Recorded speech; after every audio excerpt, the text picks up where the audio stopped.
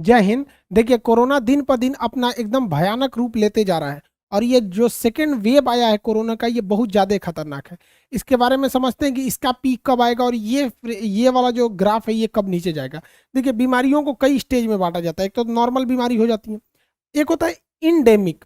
Endemic वैसे बीमारियों को कहते हैं जो हर लगभग लगभग हर देश में पाए जाते हैं और ये अचानक आते हैं, लेकिन ये बहुत ज़्यादा लोगों की जान नहीं लेते हैं और फैलते बहुत तेजी से ही हैं। जैसे हम लोग के यहाँ मलेरिया मच्छर से बहुत तेजी से फैलता है, चेचक बहुत तेजी से फैलता है, लेकिन बहुत लोगों का ये जान नहीं लेता है, कुछ लोग का ही ले लेता है जान, तो ये इंडेमिक में आता है। इसके बाद खतरनाक रूप लेता है आपका इपीडेमिक। इपीडेमिक एक बहुत तेजी से फैलने वाली बीमारियों को कहते हैं, लेकिन ये कुछ खास एरिया में ही फैलते हैं, एक ही देश तक रह जाएंगे या एक से दो देश में, पूरी दुनिया में ये प्रभाव नहीं डालेंगे। जैसे स्पेन में आज से 100 साल पहले फैला था, स्पेनिश फ्लू फैला था। आप अगर छोटे पैमाने पे देखेंगे तो बिहार में एक चमकी बुखार आता है मुजफ्फरपुर तक के एरिया वाले में, तो ये एक छोटे रूप में होता है, लेकिन वो चमकी बुखार को आप इपीडेमिक में नहीं डालेंगे क्योंकि वो बहुत ज़्यादा एरिया को डिस्टर्ब नहीं करता है। लेकिन जैसे स्पेनिश फ्लू आ जाएगा इपीडेमिक में, और अगर कोई बीमारी पूरी दुनिया को अपने चपेट में ले ली है तो उसे कहते हैं पेंडेमिक। तो अभी कोरोना जो है वो पूरी तरह से पेंडेमिक रूप लिया है, पूरी तरह से पूरी दुनिया को अपने चपेट में ले रखा है। आज से 100 साल पहले जो स्पेनिश फ्लू आया था, हम लोगों ने उससे कुछ भी नहीं सीख लिया है। इतिहास से हमने यही सीखा है कि इतिहास से कोई कुछ भी नहीं सीखता है। स्पेनिश फ्लू के भी 3 फेजेस थे। स्टेज 1 स्टेज मतलब जो उसका फेज, एक वेव 1 आया था, सेकेंड वेव, थर्ड वेव। तो हम लोग भी कोरोना को ये सीखना चाहिए था कि स्पेनिश फ्लू का जो सेकेंड वेव था वही सबसे ज़्यादा खतरनाक था, और फिर 100 साल बाद यही हुआ। जो आज के वक्त में कोरोना है, इसका फर्स्ट वेव उतना खतरनाक नहीं था जितना कि सेकेंड वेव खतरनाक है। और अगर आप स्पेनिश फ्लू को देखेंगे तो उसका थर्ड वेव सबसे कमजोर था, तो कोरोना का भी जो थर्ड वेव आएगा वो शायद सबसे कमजोर रहे। आप अगर आंकड़ों पे ध्यान देंगे, डाटा पे, तो जो फर्स्ट वेव था कोरोना का, इसमें जो पीक आया था ये सितंबर महीने में आया था, और सबसे ज्यादा मरीज जो रिकॉर्ड किए गए थे वो 16 सितंबर को रिकॉर्ड किए थे। ये 97,859 यानी लगभग 98,000 मरीज थे। उसके बाद से ये पीक डाउन हो गया और फरवरी का महीना जो था यहाँ पर ये पीक डाउन हो गया। उसके बाद मार्च से ये फिर पीक पकड़ने लगा, और जो सेकेंड वेव आया अप्रैल महीने में, ये सबसे भयावह स्थिति हो गया। देखिए, ये सितंबर महीने का ग्राफ है, फिर डाउन हुआ है और फिर ये अप्रैल में उठने लगा। और 16 अप्रैल का जो डाटा है 2,34,943 केस, यानी लगभग 2,34,000 केस यहाँ पे आए हैं सब। तो इतना ज्यादा का चेंजिंग देखा गया है। अमेरिका ही है जो हम लोग से इतने तेजी से स्प्रेड के मामले में आगे है, वहां पे लगभग 3 लाख केसेज आए थे। विशेषज्ञों का माने तो जिस तरह से कोरोना की रफ्तार बढ़ रही है, ये मई के महीने में इसका पीक आएगा, और जब तक पीक आएगा पर डे हमारे यहाँ लगभग 3.5 लाख लोग मिलने लगेंगे। और ये जो मरीज मिलेंगे, ये ज्यादातर अब जो मरीज मिलेगा उसमें बच्चा और बूढ़े नहीं रहेंगे, मेन जो वर्किंग कैपेसिटी है, हमारे वर्किंग पीपल है, युवाओं में ये मिलेगा, क्योंकि बच्चों की इम्यूनिटी मजबूत है और जो बूढ़े हो गए हैं 40-45 से ऊपर हैं, उनका वैक्सीनेशन का काम हो गया है, उनके बचने की संभावना बहुत ज्यादा है। तो अभी तो पीक नहीं आया, हम लोग पूरे दुनिया में टॉप करेंगे कोरोना में, इतनी तेजी से फैलने के लिए यहाँ पर। और इस बार का जो कोरोना है ये बहुत ज्यादा लीथल यानी खतरनाक है। आप देखेंगे इतने ज्यादा भीड़ होने की वजह से हॉस्पिटल में बेड नहीं है। और रही बात गवर्नमेंट या प्रशासन की और पब्लिक की, तो ये लोग अभी उतने तैयार नहीं और बहुत हल्के में ले रहे हैं। पहले जब कोरोना आया था तो ट्रेन की बोगियों को काटकर कोरोना वार्ड बनाया जा रहा था। दिल्ली में डीआरडीओ ने अपना हॉस्पिटल बना दिया, राधा स्वामी सत्संग को बड़े हॉस्पिटल में कन्वर्ट किया गया था, हजारों करोड़ रुपए आए थे, जबकि उस समय 98,000 केस ही सबसे ज्यादा रिकॉर्ड किया गया था, और यहाँ पर डे 2 लाख से ज्यादा मिल रहा है, फिर भी इतना एग्रेसिव रोल में कोई नहीं है। हॉस्पिटल में बेड्स कम है, बेड को तो गोली मारी है भाई। शमशान घाट में लाइन लगा के वहां लाशें जलाई जा रही हैं, वहां पर लाशों को रिकॉर्ड ना करे वहां पर बाउंड्री चलाई जा रही है। हालांकि प्रशासन कह रहा है कि इसका मतलब इसका जो असर है या फिर इससे जो इन्फेक्शन है बाहर तक ना आए, इसलिए इसको किया जा रहा है। कब्रिस्तान का भी वही हाल है। इस बार जो मौतें हो रही हैं उसके पीछे सबसे बड़ा रीजन क्या है कि इस बार सांस की समस्या वाला प्रॉब्लम बहुत ज्यादा आ रहा है, और ऑक्सीजन कहीं है ही नहीं है। वेंटिलेटर पे जितने मरीज पड़े हैं उनके लिए ऑक्सीजन मिलना बहुत ज्यादा दुर्लभ हो गया। आपको जानकर ताज्जुब होगा कि जितना ऑक्सीजन है हॉस्पिटल्स में, उसका 7 गुना ज्यादा डिमांड है। अब आप बताइए किसी चीज का 7 गुना डिमांड, यानी एक आदमी के लिए ऑक्सीजन है जबकि मरीज हैं 7, इसलिए वो ज्यादा मर रहे हैं। इस वजह से जो ऑक्सीजन का काला बाजारी है, जो उसका प्राइस है वो बहुत बढ़ गया है, 9 गुना प्राइस बढ़ गया है। ब्लैक में ऑक्सीजन को बेचा जा रहा है। ये ऑक्सीजन सिलेंडर जो इतना इसेंशियल था, हॉस्पिटल देखिए भारत में जितना ऑक्सीजन प्रोड्यूस होता है उसका 15% ही हॉस्पिटल को दिया जाता है, उसका 15% ही जरूरत हॉस्पिटल को पड़ता था, जो एनफ था। हॉस्पिटल में ऑक्सीजन की बहुत कम ही कमी देखी गई थी, ये लिक्विड फॉर्म में रहता है। लेकिन 85% जो ऑक्सीजन होता है, यानी ऑक्सीजन की ज्यादातर खपत इंडस्ट्रीज में की जाती है जो गैसियस फॉर्म में रहता है। तो ज्यादातर ऑक्सीजन तो ये इंडस्ट्री वाले लेके चले जा रहे हैं। तो गवर्नमेंट को क्या करना चाहिए भाई, देखिए अभी ऑक्सीजन की जो खपत है उसको बाकी जगहों से रोककर हॉस्पिटल को सप्लाई दिया जाए। जैसे वेल्डिंग में देखेंगे तो ऑक्सीजन का यूज ज़्यादा हो जाता है वेल्डिंग को जोड़ने वगैरह के लिए। आपसे एग्जाम में क्वेश्चन भी पूछता है कि जो एसिटिलीन वेल्डिंग किया जाता है तो उसमें जो ऑक्सीजन का सिलेंडर होता है वो किस कलर का रहता है, ब्लैक कलर का रहता है। रेलवे ग्रुप डी वाले लोग ये सब साइंस में क्वेश्चन पूछेगा। तो यहाँ पर जो जितना वेल्डिंग वर्क हो रहा है इंडिया में, एसिटिलीन वगैरह की वेल्डिंग, वहाँ ऑक्सीजन की खपत ज़्यादा है। तो फिलहाल उनको 10-15 दिन के लिए उस चीज़ को थोड़ा धीमा करना चाहिए ताकि वहाँ से ऑक्सीजन को इस एरिया में लाया जा सके। जो माइनिंग होती है, सुरंगें खोदी जाती हैं, खास करके कोयला की सुरंग बहुत गहरी होती है। अब उस गहराई में ऑक्सीजन नहीं होता है तो बड़े बड़े ऑक्सीजन के पाइप्स वगैरह भेजे जाते हैं ताकि अंदर जो माइनिंग हो रही है उसमें मजदूरों को ऑक्सीजन मिल सके। तो जब तक कोरोना हाई पीक पर है, इन मजदूरों को भी भैया हटाइए, कम से कम वहां ऑक्सीजन दीजिए ना। 10 दिन कोयला लेट से भी निकलेगा तो कोई दिक्कत नहीं है। बाहर जितना कोयला है वो इंडस्ट्रीज को चला लेंगे, क्योंकि इस महामारी में हर चीज को स्लो डाउन हुआ है तो ऑक्सीजन पे ही ज्यादा तो यूटिलाइज नहीं कर पा रहे हैं हम लोग अपना ऑक्सीजन। 85% ऑक्सीजन ही कोयला खदान इत्यादि में भेजे हैं, वहां मरीज मर रहा है ऑक्सीजन की कमी से। सबसे ज्यादा ऑक्सीजन को कंज्यूम करता है तो स्टील उद्योग। स्टील के कारखाने में बड़े बड़े भट्टियां होती हैं जिन्हें हम लोग फर्नेस कहते हैं। इन फर्नेस को चलाने के लिए इतना आग लगता है, सोचिए इतना भयानक आग होता है कि लोहा पिघला देता है। लोहा, स्टील, एल्युमिनियम पूरा पिघल जाते हैं, तब ना उनसे जो जो चीज चलाना है। अब आपको पता है कि आग लगाने के लिए ऑक्सीजन की जरूरत है, बिना ऑक्सीजन के आग नहीं लग सकता है। तो इनमें ऑक्सीजन की इतनी खपत होती है कि इन स्टील उद्योग से ऑक्सीजन को ट्रांसपोर्ट करना चाहिए। ऑटोमोबाइल उद्योग है जो इसमें कटिंग वेल्डिंग के लिए होता है, वहां ऑक्सीजन की बहुत ज्यादा जरूरत है। हालांकि पिछले बार में स्टील कंपनियों ने, जिसमें रतन टाटा की टाटा स्टील, जिंदल स्टील ने बहुत ज्यादा ऑक्सीजन का सप्लाई दिया था। इस बार भी सरकार को यह कोशिश करना चाहिए कि जो 85% इंडस्ट्रियल ऑक्सीजन है उन्हें हम लोग को यहाँ हॉस्पिटल की ओर सप्लाई देना चाहिए। साथ ही साथ गवर्नमेंट को इस्मा एक्ट को तुरंत लागू करना चाहिए। देखिए इस्मा एक कानून है, 1968 में इसे लाया गया था। इसका पूरा नाम होता है एसेंशियल सर्विस मेंटेनेंस एक्ट। इस कानून में यह कहा गया है कि जब कभी भी एस्मा किसी चीज पर लागू हो जाएगा तो उस डिपार्टमेंट के लोग हड़ताल पर नहीं जा सकते हैं। अगर हड़ताल पर चले गए तो उन्हें बिना वारंट, बिना एफआईआर उनको जेल में डाल दिया जाएगा, नौकरी भी चली जाएगी, 6 महीना जेल भी हो जाएगा। इस्मा लगाने की सूचना अखबारों से दे दी जाती है।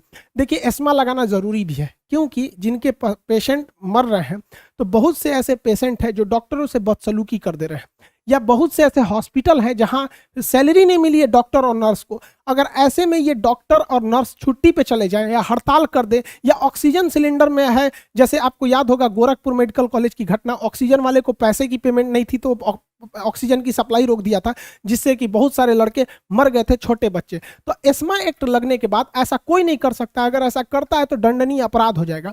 तो गवर्नमेंट को भी अब जहां जहां खतरनाक एरिया है वहां एस्मा एक्ट को लगाना चाहिए ताकि ऐसी कोई घटना ना हो, कोई भी वहां छुट्टी पे ना जा सके। क्योंकि अभी के वक्त में डॉक्टर, ऑक्सीजन की सप्लाई वाले हैं, इन लोग की बहुत ज्यादा जरूरत है। अब गवर्नमेंट को कौन सलाह दे, हम जाके बोलेंगे? इनको कहा जाने कौन सलाह दे दिया मोदी जी को कि रेडियो पे आके बोल रहे हैं कि लड़का लोग एग्जाम में सबसे पहले जो खतरनाक क्वेश्चन होता है, टफ क्वेश्चन, उसको सॉल्व करो।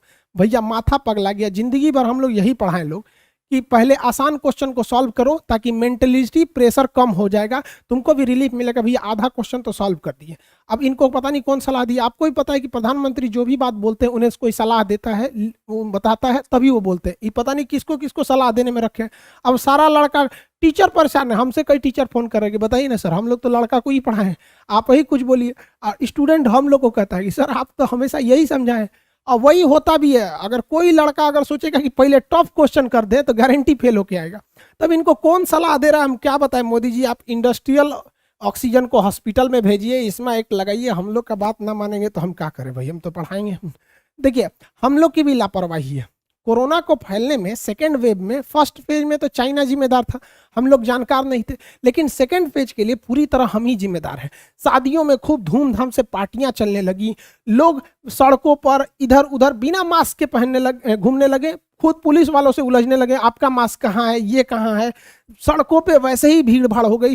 चुनावी रैलियों को तो छोड़ दिए, बस वगैरह में तो जो पहले तरह थी लोग भूल गए, लोग कहाँ कोरोना है, कोरोना से तो कुछ हो ही नहीं रहा है। जो गधा ये बोलता है कि कोरोना से कुछ नहीं होता, उसको पकड़ के कोरोना वार्ड में घुसा देना चाहिए जहां कोरोना का मरीज है। देखिए उसे थोड़ा देख के मर जाएगा, कितना बुरा हाल है कोरोना का यहाँ पर। तो हम लोग भी कहीं ना कहीं जिम्मेदार हैं।